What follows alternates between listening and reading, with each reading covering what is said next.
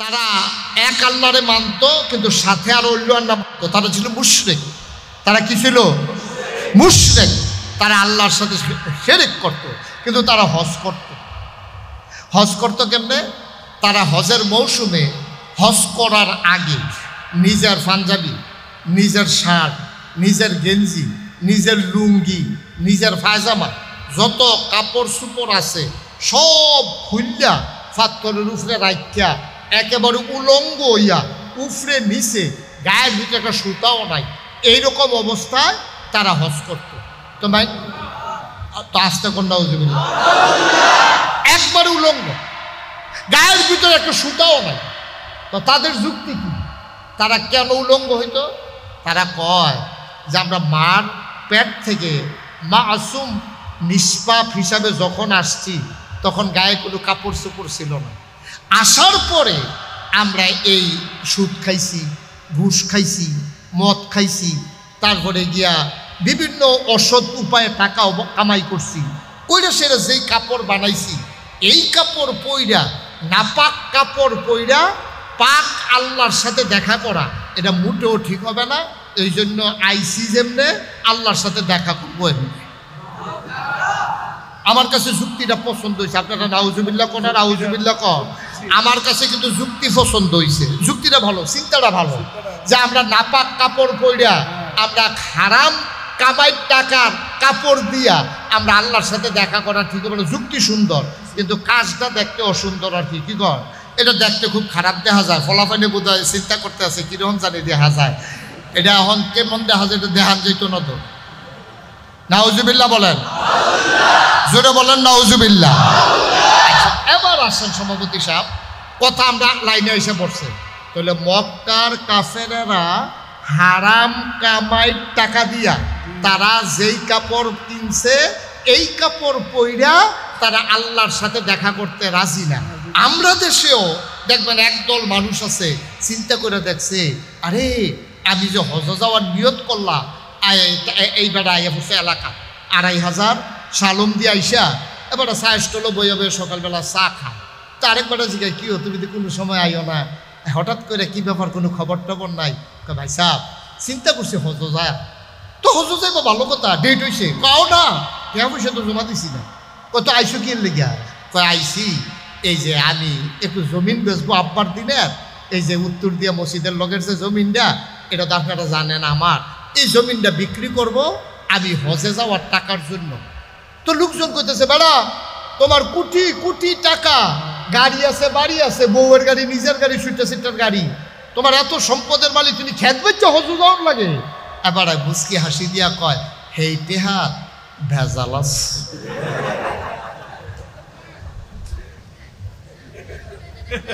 কি আছে?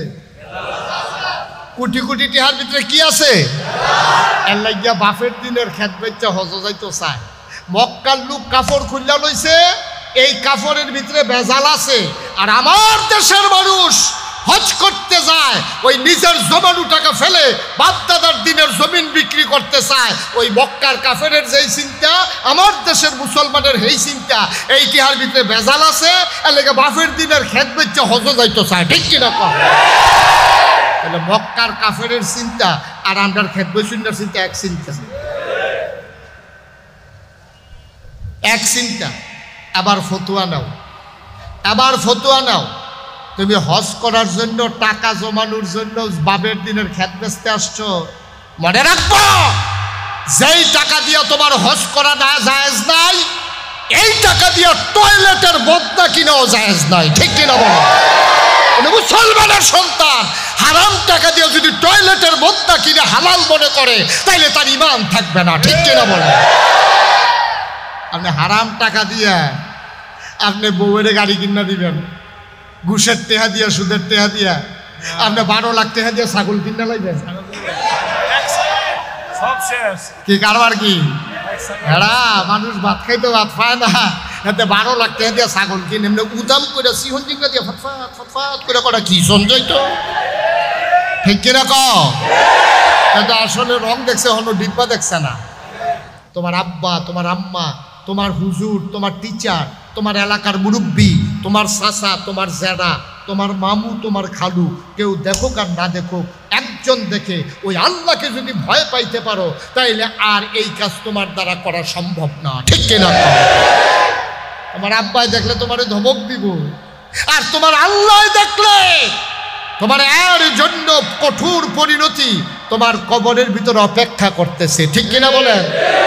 তাইলে আমি যা করি, আমি মুশতাক ফৈজি যা করি, দরজা বন্ধ করে করি, রাতের আধারে করি, পানির নিচে ডুব দিয়া করি, পুলিশকে ফাঁকি দিয়া করি, সিসি ক্যামেরার উফরি দিয়া চাদর দিয়া করি, কেউ দেখবে না, কিন্তু একজন দেখেন, তিনি কে? কুরআনুল কারীমে কত সুন্দর করে ওয়াজ করে দিলেন। আল্লাহ বলেন, লা ইন শাকারতুম লা আযীদান্নাকুম। ও দুনিয়ার মানুষ, নিয়ামত পেয়ে যদি শুকরিয়া আদায় করবে, যেই নিয়ামত পেয়ে শুকরিয়া আদায় করবে, শুকরিয়া আদায়ের কারণে সেই নিয়ামত আমার আল্লাহ আরো বহুত গুণে বাড়িয়ে দেবেন। বলেন সুবহানাল্লাহ। আমার আল্লাহ যা বলেন তা করেন নাকি করেন না? কম কম না বেশি বেশি? প্রমাণ আছে নাকি নাই? কুরআনুল কারীম 30 পারায় সূরা বুরুজের শেষ অংশে আল্লাহ কত সুন্দর করে ওয়াজ করে দিলেন। আল্লাহ বলেন, ফাআলুল লিমা ইউরিদ। আমার আল্লাহ এমন আল্লাহ, তার যা মন চায় ওই কাজটাকে আমার আল্লাহ বেশি বেশি করে দেন। বলেন সুবহানাল্লাহ। এই আল্লাহ রাব্বুল আলামিন দুনিয়ার ভিতরে মানুষ পাঠানোর পরে মানুষগুলোকে এমনে এমনে ছেড়ে দেন নাই। কোন পথে গেলে জান্নাত, কোন পথে গেলে জাহান্নাম, কোন পথে গেলে লাভ আর কোন পথে গেলে লোকসান, কোন পথে ভালো, কোন পথে মন্দ, কোন পথে কল্যাণ, কোন পথে অকল্যাণ, কোন পথে শিরক বিদআত, কোন পথে তাওহীদ রিসালাত, কোন পথে কুফর আর কোন পথে ইসলাম জানানোর জন্যে যুগে যুগে আমার আল্লাহ তাবারক ওয়া তাআলা মানুষদের মাঝ থেকে যাচাই করে বাছাই করে, করুণা করে, দয়া করে, মায়া করে একদল উত্তম চরিত্রের মানুষ, যাদের গুনাহ নাই, গুনাহ হওয়ার সম্ভাবনাও নাই, এমন একদল মানুষকে আমার আল্লাহ আমাদের জন্য নবী এবং রাসূল করে পাঠাইছেন। বলেন সুবহানাল্লাহ। এই নবীদের মাঝে যিনি সবার শেষ, যিনি সবার সেরা, তিনি আপনার আমার নবী, নবী মুহাম্মদুর রাসূলুল্লাহ সাল্লাল্লাহু আলাইহি ওয়াসাল্লাম। সুবহানাল্লাহ বলবেন না? তিনি আমাদের নবী। তাইলে আমার নবী সেরা নবী, আমরা যারা আছি সেরা নবীর আমরা সেরা উম্মত। সুবহানাল্লাহ বলবেন না? কিন্তু আমরা সেরা উম্মত, ঠিক আছে, আল্লাহ ঘোষণা দিয়েছে, কিন্তু আমাদের নৈতিক মান, জেহাদি সাহেব একটু আগে বলছেন না, যে একটা সময়ে মুসলমান ছিল একেবারেই হাতে গোনা সামান্য কিছু। সারা পৃথিবীতে নবী যখন দ্বীনের দাওয়াত দিয়েছেন, যখন 40 বছর বয়সে নবীজির নবুয়ত প্রকাশ পেয়েছে, উনি তখন একা, গোটা পৃথিবীতে একজন মানুষ, তিনি এক আল্লাহর কথা বলেন আর ওনাকে নবী হিসেবে মেনে নিয়েছেন। সবসময় মনে রাখবেন, একজন মানুষ যদি মুসলমান হতে চায় তাইলে শুধু আল্লাহকে আল্লাহ মানলে সে কিন্তু মুসলমান হইতে পারবে না। কারণ ইসলামের মৌলিক দুইটা দিক আছে, একটা হচ্ছে তাওহীদ আর একটা হচ্ছে রিসালাত। এই আল্লাহকে আল্লাহ মানা, নবীকে নবী মানা। তৎকালীন কাফের যারা, তারা কিন্তু আল্লাহকে আল্লাহ মানত। মক্কার যারা কাফের, নবীজি আসার আগ পর্যন্ত, নবুয়ত প্রকাশ পাওয়ার আগ পর্যন্ত তারা কিন্তু আল্লাহকে আল্লাহ মানত। তারা কাবাগরের খুব আদর যত্ন করত, তারা হজও করত প্রতি বছর। তা আমরার হজ তারার হজ একটু পার্থক্য ছিল, আবার একদিক দিয়ে মিলও ছিল। খুব খেয়াল করে কথা শুনতে হবে। আমাদের কথা কয় কে?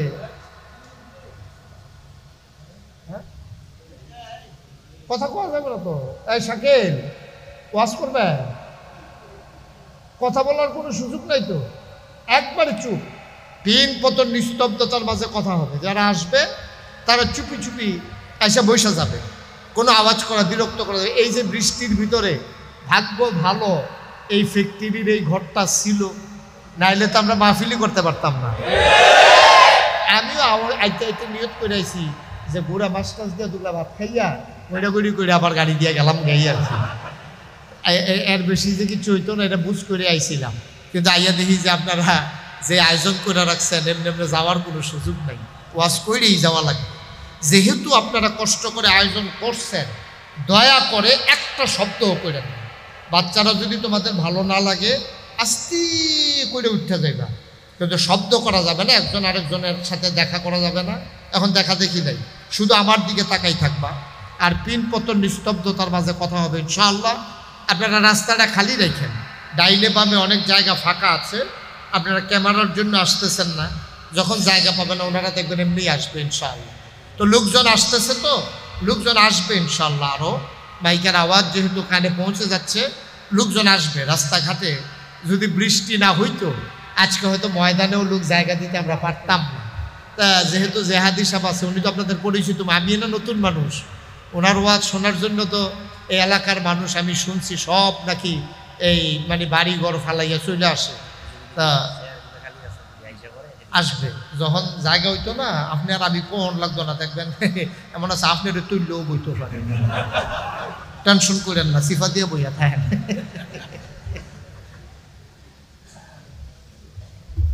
আমিন কয় না রে, এই আমিনে ওয়াজ হইতো না তো, জোরে কনা আমিন। আজকে সুবিধা হইলো তোমরা আসতে কইলে আওয়াজটা বাড়ি গিয়ে আবার ফিরে আইও, এটা আওয়াজটা বেশি হয়। জোরে বলেন দেখি, আরো জোরে আমিন। এই আওয়াজটা কিন্তু বাইরে হইলে সবাই গেল বলে, এটা আপনার ভিতরেই ঘুরতে আছে আওয়াজটা, মাশাআল্লাহ। হ্যাঁ বলেন আলহামদুলিল্লাহ। যেই কথাটা বলতেছি একটু খেয়াল করেন, শুধু আল্লাহকে আল্লাহ মানলে কেউ মুসলমান হইতে পারবে না। কাফেররাও আল্লাহ মানত। হিন্দুদের ভিতরে একদল আছে একেশ্বরবাদে বিশ্বাসী, তারা এক ঈশ্বর মানে। তৎকালীন মক্কার কাফেরেরা তারা আল্লাহ মানত। আচ্ছা প্রমাণ কি তারা যে আল্লাহ মানত? প্রমাণ হইল নবীজি এই এই এই দুনিয়াতে নবুয়ত প্রকাশ পাওয়ার পরে একজন বাদশাহ ছিল, বাদশাহ আবরাহা। এই বাদশাহ আবরাহা সে করছে কি, চিন্তা করে দেখলো বেড়া মক্কায় বাড়িঘর নাই, গরিব মানুষ, পাহাড়, মানুষজন হালকা পাতলা কিছু কিছু আছে, লেখাপড়া নাই, তারা কাজকর্ম করে খায়। আর আমি হইলাম একজন বাদশাহ, মক্কায় এরকম কোনো বাদশাহও নাই, সব আমার এলাকা ফালাইয়া চলে যায় মক্কায়, কি কারণে যায় না তালাশ করো। তো গোয়েন্দারা এসে বলছে যে মক্কায় যাওয়ার একটাই কারণ, ওখানে আল্লাহর ঘর আছে, এই আল্লাহর ঘরের আকর্ষণে মানুষ সব মক্কায় চলে যায়। সুবহানাল্লাহ বলবেন না? তো বাদশাহ আবরাহা কয়, ও একটা ঘরের জন্যই কারবা, তো এরকম ঘর তো আমিও বানাই ফেলতে পারি। তখন উনি করছে কি, ওনার দেশের ভিতরে একটা ঘর বানাইছে, এরকম কাবা ঘরের মতো করে বানাইয়া দেখে যে না কেউ আইয়া না, উনি এসারিকুল দিয়ে ঘুরে ঘুরুন না নাই। তো উনি চিন্তা করলো এত টাকা পয়সা খরচ করে ঘর বানাইলাম, মক্কায় ঘরের কারণে যায় আমার ঘর আরো সুন্দর, কেউ তো আসে না। বুঝছি ঘর তো দুইটা, এই জন্য ওইখানেই বেশিরভাগ মানুষ থাকতে চায়। ঘরটা যদি ভেঙে ফেলা যায় তাইলে সব মানুষ চলে আসবে আমার বানানো ঘরের কাছে। এই নিয়ত কইরা উনি এই উট, ঘোড়া, দুম্বা, গাধা, হাতি সব বাহিনী নিয়ে উনি রওনা দিছে কাবাগর ভেঙে ফেলবে।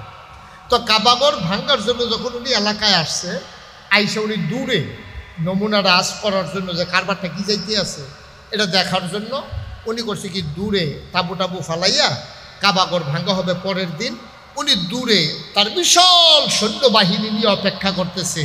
রাতের বেলা খাওয়া দাওয়া করে আরাম করে লম্বা সফর হয়েছে, আগামী দিন রিল্যাক্স মুডে স্বাভাবিকভাবে উনি কাবাগর ভাঙতে যান। তো লোকজন তো অনেক, তারা যেই খাসি মাসি ডুম্বা টুম্বা আনছে এগুলো শেষ। তখন একদল লোক মক্কার এই মরুভূমি থেকে, চারণভূমি থেকে উট ধইরা নিয়া খাওয়ার জন্য বাগ্যা রাখছে। এই উট ছিল কাবাগরের যিনি মুতাল্লি, আব্দুল মুত্তালিব। সুবহানাল্লাহ বলবেন না? নবীজির দাদা আব্দুল মুত্তালিব, ওনার ছিল এই উট। রাখাল আইসা বলতেছে, আব্দুল মুত্তালিব সাহেব কারবার তো ঘটে গেছে। কয় কি? আপনার উট তো আব্রাহার সৈন্যবাহিনী ধরে নিয়ে গেছে, তারা নাকি জব করে খাবে। কয় জব করছে? কয় না, ওখানে জব করছে না, বাইন্ধা রাখছে। কয় দাঁড়াও আমি যাইতে আসি। তো আব্দুল মুত্তালিব উনি দৌড়াইয়া গেছে আপনার বাদশাহ আব্রাহার কাছে, গিয়া বলতেছে যে বাদশাহ আব্রাহা, আপনার বাহিনী এই শুনলাম আমার উট ধরে নিয়ে আসছে। আর এই সব কথা বাদ দাও, তুমি কি জন্য আসছো বলো, কি তুমি আর পরিচয় কি? আমার নাম আব্দুল মুত্তালিব, আমি হইলাম কাবা ঘরের মুতওয়াল্লি। সুবহানাল্লাহ বলবেন না?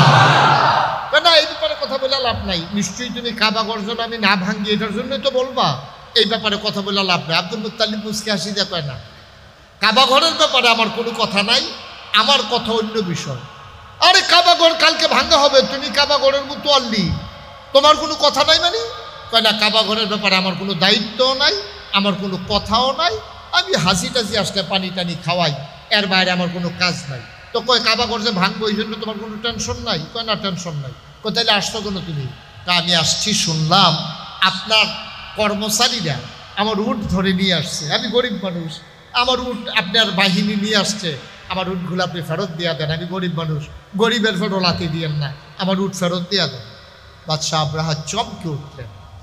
বাদশাহ আব্রাহা ডাক দিয়ে বলেন, তুমি তো আজব মানুষ, কে তোমারে কাবার মুতওয়াল্লি বানিয়েছে? কাবাঘর ভেঙে ফেলা হবে, এই ব্যাপারে তোমার কোনো কথা নাই, তুমি বড় স্বার্থপর মানুষ, তুমি তোমার উটের চিন্তা করো, কাবার চিন্তা করো না, তুমি এই এলাকার দায়িত্ব পাওয়ার উপযুক্ত না, তুমি কিসের মুতওয়াল্লি? তোমার ওই উট আনা হয়েছে, উট নিয়ে তুমি টেনশন করো, কাবা নিয়ে তোমার কোনো অভিযোগ নাই, কোনো আপত্তি নাই, কোনো অনুযোগ নাই, তোমার কোনো অনুরোধ নাই, বুঝলাম না কিছু। আব্দুল মুত্তালিব চোখের পানি ছেড়ে দিয়ে কয়, আমি উটের মালিক, আমি এই জন্য উটের ব্যাপারে দরখাস্ত দিয়েছি, কাবার মালিক আমি না, এই ব্যাপারে আমার কোনো টেনশন নাই, কাবার ব্যাপারে টেনশন করবেন তিনি, কাবার মালিক যিনি।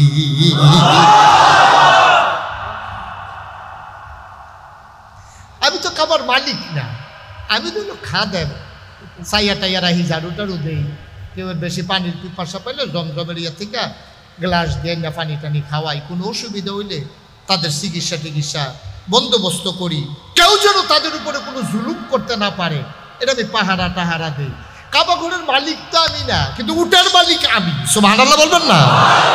তা আমার উট আপনি ধরে নিয়ে আসবেন, আমি বলবো না আমার উট ছেড়ে দেন, আমি গরিব মানুষ, আপনি আমার উট আপনারা আইবেন বুকস করে বাচ্চা লইবেন না, আপনি এখন আমার উট ধরে খাইয়ে ফেলবেন, আমার উট ফেরত দিয়া দেন।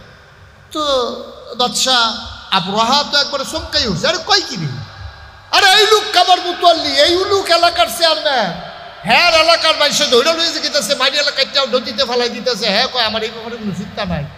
এইরকম অপদার্থ তারে চেয়ারম্যান বানাইছে কে, তার এমপি বানাইছে কে, তারে মন্ত্রী বানাইছে কে, এই লোক দিয়ে হবে কি, এর কিসের দায়িত্বশীল? এই জন্য উনি খুব পেরেশানি। এবার বাদশাহ নাজ্জাশী, আরে আব্রাহা বলতেছে তুমি তো অনুপযুক্ত দায়িত্বশীল, তুমি কাবার মুতওয়াল্লি হওয়া ঠিক হয় নাই, তুমি বলবা কাবার ব্যাপারে কথা, তুমি বলতেছো উটের ব্যাপারে কথা। আমি কি কাবার মালিক? আমি উটের মালিক, আমি উটের ব্যাপারে কথা বলেছি। কাবার মালিক যিনি, তিনি হচ্ছেন কে? কথা কন কে? এই ঘটনা দ্বারা কি বোঝা যায় যে কাবার যে একজন মালিক আছে, তাইলে মক্কার কাফেরেরা এই কাবার মালিককে আল্লাহকে মানতো নাকি মানতো না? মানতো। তবে একটা সমস্যা ছিল, আমরা যদি কোন যৌতুর মান্না লাইলে তো সব ঝামেলা শেষ। ঝামেলাটা কোন জায়গা? ঝামেলা অন্য জায়গা। ঝামেলা হইল ওরা এক আল্লাহ মানত না, তারা মনে করতো আল্লাহ একজন, এত দিকে খেয়াল রাখবো কেমনে? আমরা সামনে চাইলে পিছিয়ে দেখি না, ডাইনে চাইলে বামে দেখি না, গত শুক্রবারে কি দিয়া ভাত খাইছি ওইটা জিগাইলে মনে নাই, তো এই আল্লাহ এত দিকে খেয়াল রাখবো কেমনে? এর লেগে তারা করতো কি, আল্লাহর সাথে কিছু সহযোগী কিছু লইতো। কি সহযোগী? আল্লাহ তো একজন আছেই, তবে এক আল্লাহ সবার সব কিছু ম্যানেজ করতে পারবে না। বাচ্চা কাচ্চার জন্য এক আল্লাহ, স্বামী স্ত্রী দেখার জন্য এক আল্লাহ, তারপরে রোদের জন্য এক আল্লাহ, বৃষ্টির জন্য এক আল্লাহ, তারপরে গিয়ে আপনার ভাগ্য ফিরাই দেওয়ার জন্য এক আল্লাহ, লেখাপড়ার জন্য এক আল্লাহ, টাকা পয়সার জন্য এক আল্লাহ, গম ধান চাউলের জন্য এক আল্লাহ। এরকম মিলাইয়া মিলাইয়া তারা এক আল্লাহর লগে আরো 360 আল্লাহ বানাইছে। নাউজুবিল্লাহ বলবেন না? তারা 360 দেবদেবী বানাইয়া তারা এক আল্লাহর একটা ফেসো হালাই গেছে।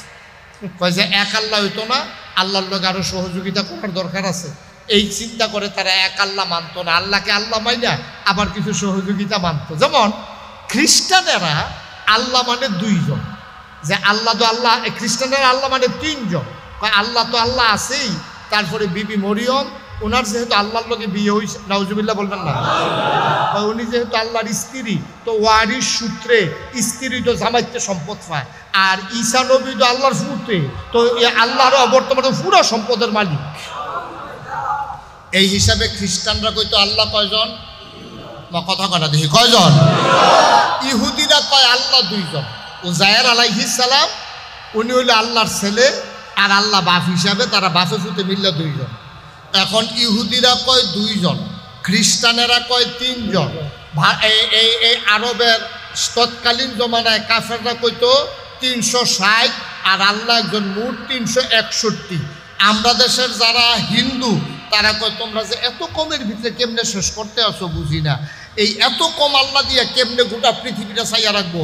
তারা রোদের লেগে একজন, মেঘের লেগে একজন, তারপরে গমের লেগে একজন, চাউলের লেগে একজন, ধানের, আবার চাউল তো আর এক জাতের না, কয়েক জাতের চাউল আছে না, আলগা আলগা একজন একজন করিয়া তারা হিসাব মিলাইয়া দেখছে 33 কোটির কমে দেবতা হয় না। কয় কোটি? আর আমরা মুসলমান বলি আল্লাহ কয়জন? যেরকম আল্লাহ কয়জন? লা ইলাহা মুহাম্মাদুর সাল্লাল্লাহু আলাইহি। এবার বুঝছেন তারা আল্লাহ মানার পরেও তারা মুসলমান না দুই কারণে।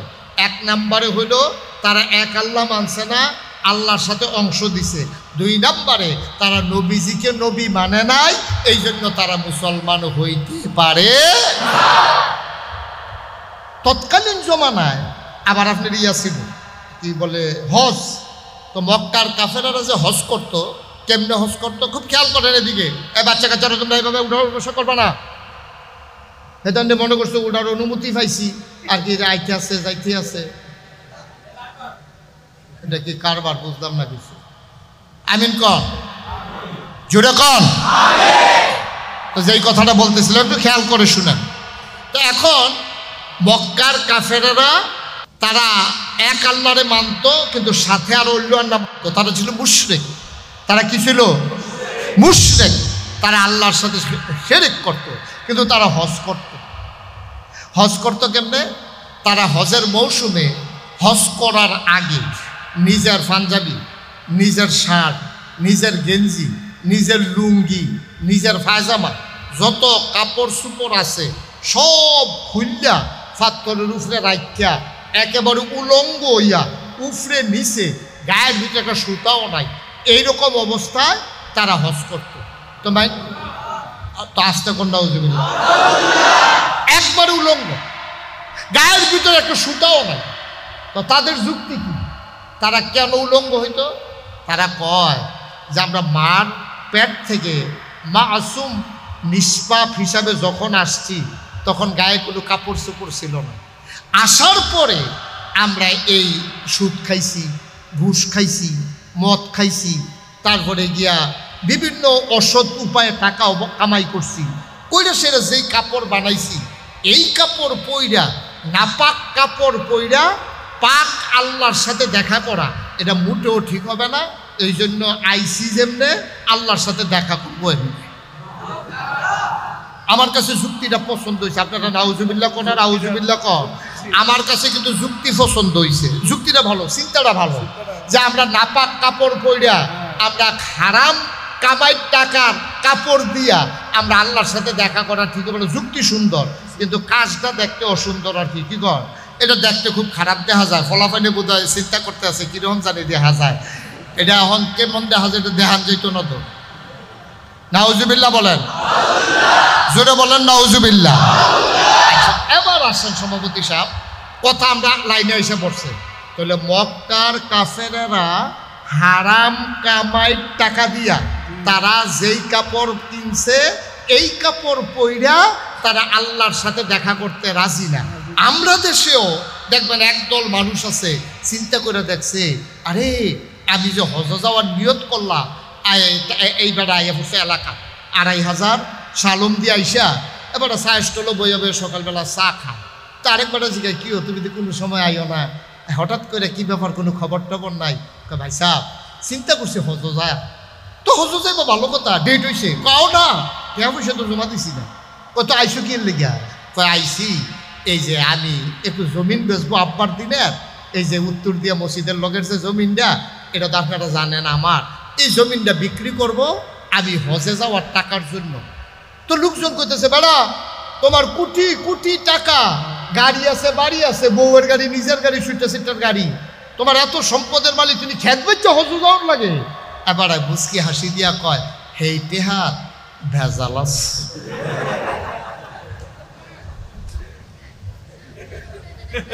কি আছে? কোটি কোটি টেহার ভিতরে কি আছে? এর লাগিয়া বাপের দিনের খেত বেচা হজ যাইতো চায়। মক্কার লোক কাপড় খুললা লইছে, এই কাপড়ের ভিতরে ভেজাল আছে। আর আমার দেশের মানুষ হজ করতে যায়, ওই নিজের জমানো টাকা ফেলে বাপদাদার দিনের জমিন বিক্রি করতে চায়। ওই মক্কার কাফেরের যেই চিন্তা, আমার দেশের মুসলমানের এই চিন্তা, এই টিহার ভিতরে ভেজাল আছে, এলাকা বাপের দিনের খেত বেচে হজ যাইতে চায়। ঠিক কিনা কম? তাহলে মক্কার কাফেরের চিন্তা আর আমরা খেত বেচুন্নার চিন্তা এক চিন্তা, এক চিন্তা। আবার ফতুয়া নাও, আবার ফতুয়া নাও, তুমি হজ করার জন্য টাকা জমানোর জন্য বাপের দিনের খেত বেচতে আসছো, মনে রাখবো যেই টাকা দিয়ে তোমার হজ করা না জায়েজ নাই, এই টাকা দিয়ে টয়লেটের বদনা কিনাও জায়েজ নাই। ঠিক কিনা বলো? মুসলমানের সন্তান হারাম টাকা দিয়ে যদি টয়লেটের বদনা কিনে হালাল মনে করে, তাইলে তার ঈমান থাকবে না। ঠিক কিনা বলো? আপনি হারাম টাকা দিয়ে আপনি বউয়ের গাড়ি কিনা দিবেন, ঘুষের টেহা দিয়া, সুদের টেহা দিয়া, আপনি 12 লাখ টাকা দিয়ে ছাগল কিনা লাগবেন, কি কারবার কি? এরা মানুষ ভাত খাইতে ভাত পায় না, এতে 12 লাখ টাকা দিয়ে ছাগল কিনে এমনি উদাম করে সিহন জিঙ্গা দিয়ে ফটফাট ফটফাট করে কটা কি সঞ্জয় তো। ঠিক কিনা কও? আসলে রং দেখছে, হলো ডিব্বা দেখছে না। কামাইয়া কুমাইয়া কোনো মতিকে কোন দেশে পড়ছে কি? ওই একটা গিয়া বুর্খা গাউ দিয়া যাইতে লইছিল, বেড়া তো ধরা পড়ছে। আর তাই নিয়ে কাবাইয়া কুবাইয়া যেন বুঝা না যায়, আলহাজ মনে হয় যেন হজ করে কাবাইয়া কুবাইয়া আইছে। তাই নেই নাউজুবিল্লাহ কোন না কেন? জোরে কইতেন না নাউজুবিল্লাহ? সাহেব একটু চিন্তা করেন, কি হইব ওয়াজ দিয়া? আপনি সারাটা বছর ওয়াজ শুনলেন, ওয়াজ করলেন, কি লাভ ওয়াজ দিয়া? কি হবে মসজিদ দিয়া ঘন ঘন? কি হবে কন? আমাদের যদি মৌলিক পরিবর্তন, ওই জেহাদি ভাই যেটা বলছিল, আর আমাদের সংখ্যায় তো আমরা অনেক বেশি হয়ে গেছি। বদরের যুদ্ধে, প্রথম যুদ্ধ ইসলামের, মাত্র 313 জন ছিল মুসলমান। 1000 প্রশিক্ষিত সৈন্য, একটার থেকে একটা মনে হয় আতি উঠতে রয়েছে। এখানটি শরীরের ভিতরে বর্ম লাগাই রাখছে, তরবারি দিয়ে ফুস দিলেও কাটে না। হাতের ভিতরে বর্ষা, কোমরের ভিতরে তীর ধনুক, তরবারি, পিঠের ভিতরে তীর ধনুক লইয়া 1000 প্রশিক্ষিত সৈন্য, মাত্র 313 জন মুসলমান। মুসলমানও কোন জাতে? এক বেলা খাইলে আরেক বেলা খানা নাই, 15 দিনে একবার গোসল নাই। হ্যাঁ, বেড়ায় গোসল করে ভিজা লুঙ্গি দিলে হেতে ফিন্দার করে গোসল করে। এইরকম অববটনের ভিতরে চুলার ভিতরে আগুন জ্বলে না 3 দিন, বাতাস আইলে গাছও ধরে খেলুই যাওয়ান লাগে। হেই মুসলমান, তরবারি নাই, অস্ত্র নাই, ভাঙ্গা দাও লইয়া, আষাঢ় সারা দাও লইয়া, ভাঙ্গা তরবারি লইয়া, খেজুরের ডাইল লইয়া বদরের প্রান্তরে মাত্র 313 জন। ইতিহাস প্রমাণ করে 313 জন দুর্বল মানুষ 1000 প্রশিক্ষিত সৈন্যকে সামনে পেয়ে 70টারে কুবাইয়া 2 টুকরা করে ফেলছে, 70টারে ফিসমোড়া বান্ধিয়ে হতাই রাখছে। আর বাহিনী ওমাগো কইয়া দৌড় দিয়ে গিয়ে কোনো মতো মক্কা পড়ছে। ঠিক কিনা? আমরা তো সেই মুসলমান বেড়া, আমরা সেই মুসলমান ছিলাম।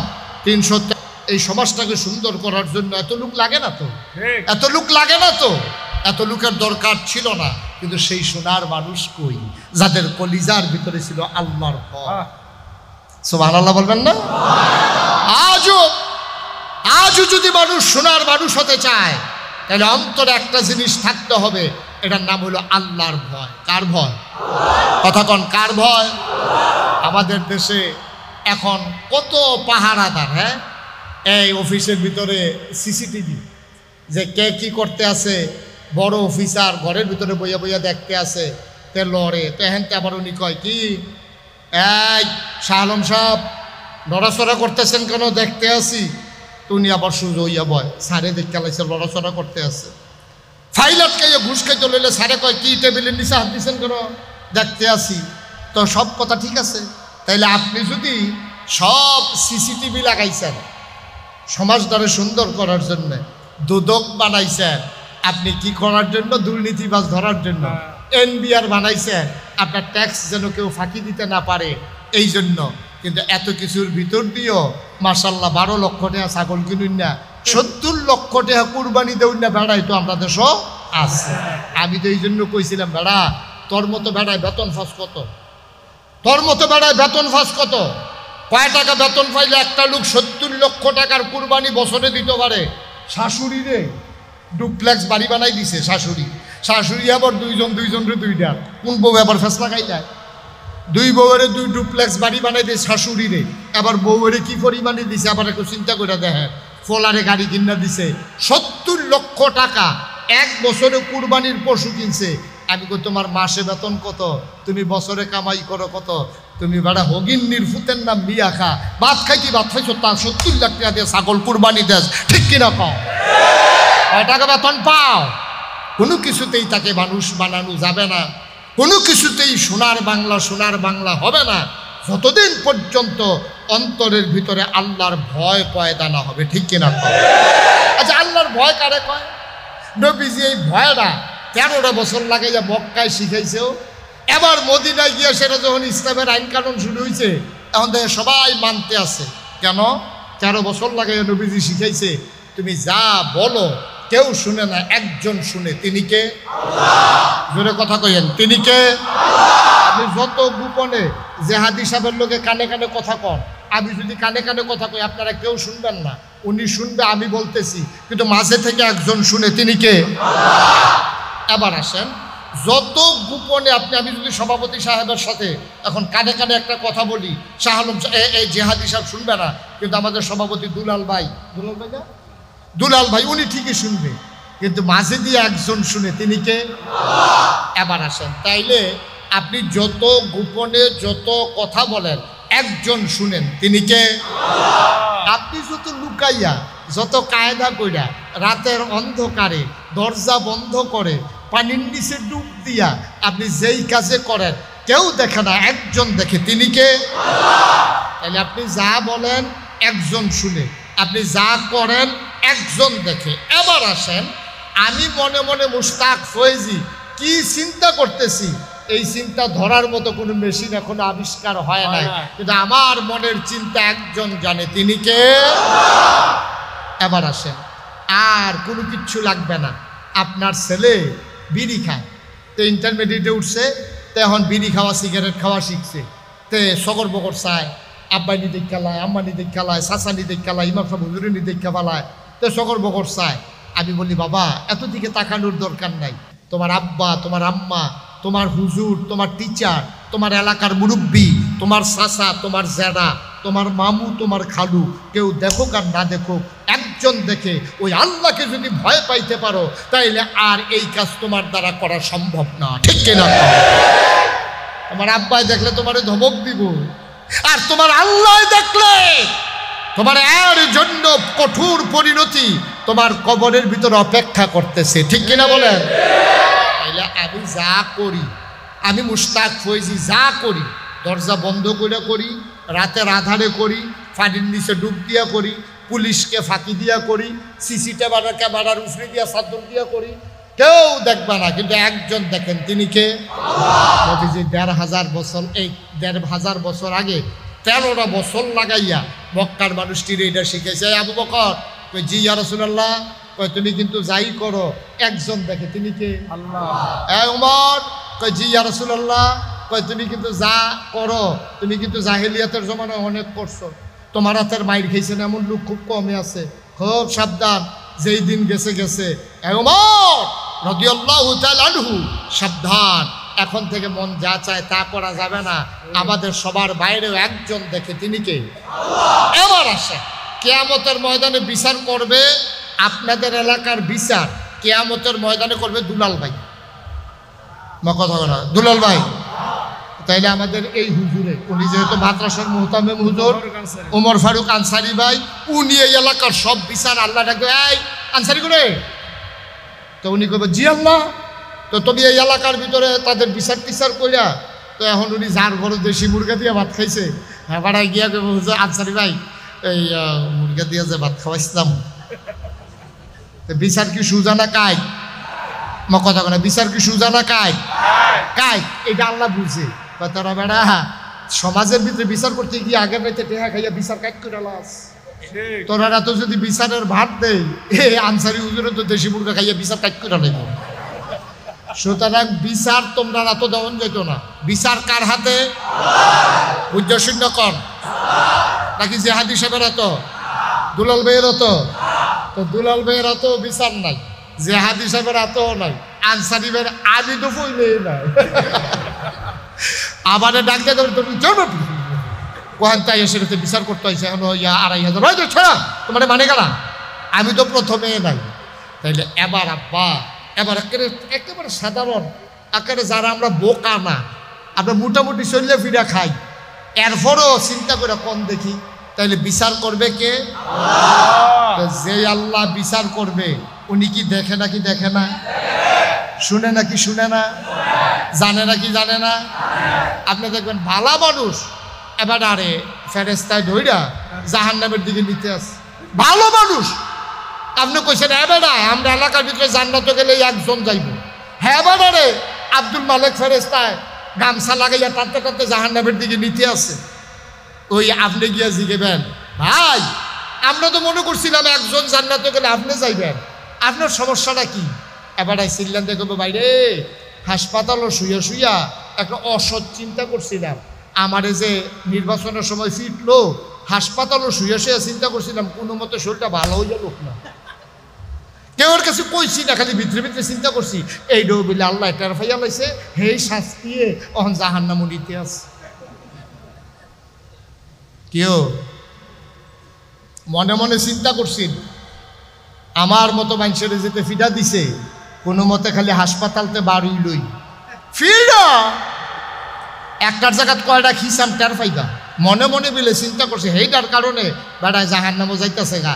আর আমরা যারা দেখাইয়া শোনাইয়া নামাজ ছেড়ে দিচ্ছি, দেখাইয়া শোনাইয়া রোজা ভেঙে ফেলতেছি, আমরা যারা দেখাইয়া শোনাইয়া মানুষের উপরে জুলুম করতেছি, আমরা যারা দেখাইয়া শোনাইয়া শরীরের ভিতরে জোর থাকার কারণে ক্ষমতা থাকার কারণে দল ক্ষমতায় টাকার মালিক আমার 5টা ভাই আমি আরেকজনের জমিন দখল দিচ্ছি, এটার জন্য কিয়ামতের ময়দানে বিচার হবে নাকি হবে না? জেহাদি সাহেবের মতো মানুষ হুজুর মানুষ, এবারের মতো মানুষের মামলার দরকার কি? বাংলাদেশও সুদখুর ঘুষখুর মদখুর 12 লাখ টাকা দিয়ে ছাগল দৌড়া বেড়ায়, কোটি কোটি টাকা খরচ করে বেড়ায়, প্রকাশ্য দিবালুকে হাঁটে, আর বাংলাদেশে জেলখানায় থাকে না, মোটেও শুভ লক্ষণ না, ঠিক কিনা বলো? কারবার কি কারবার কি দুনিয়াটা বুঝ করে বইব, দুনিয়াটা কইরা গেলা, এই দিন দিন না আরো দিন এই লোকজন জায়গা হচ্ছে না না ভাই, আপনারা মুরব্বী যারা আছেন একটু চেয়ারগুলাতে আসেন, এই যে হুজুর এই চেয়ারে আসেন, আর এটা কি আইন না? এই কথা বলেন না কেউ, হ্যাঁ অনেক লোক বাইরে হয়ে গেছে, আপনারা দয়া করে একটু আগান ভাই, একটু গরম লাগুক। এই কালা টুপি কই যাস, বসেন মুরব্বী বসেন, এই সবাই আগান, কথা বললেন না ভাইয়া, এই যে লুঙ্গি এই বস,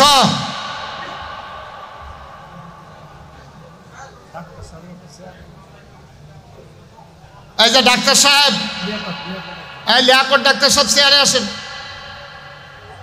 আহা আমি কাউরে বাড়িতে বলছি একটু বসেন, শেষ করে দিচ্ছি, আর লম্বা সময় না, বৃষ্টির ভিতরে বেশি সময় থাকতে মন চাইবে না। শাকিল বসাই দেন সবাই রে, এই আর্জেন্টিনা বসো, ইন্টারন্যাশনাল মাহফিল বানাই লেছি, তা আর্জেন্টিনার তো ওয়াজ শুনতে আইয়া পড়ছে, তে নমুনা খারাপ। আর্জেন্টিনা আরো আছে, ব্রাজিল থেকেও আইসত না রে, আছে ব্রাজিলের লোকও আছে। হ্যাঁ মাশাআল্লাহ, হ্যাঁ বসো। ঠিক আছে, ওকে ফাইন।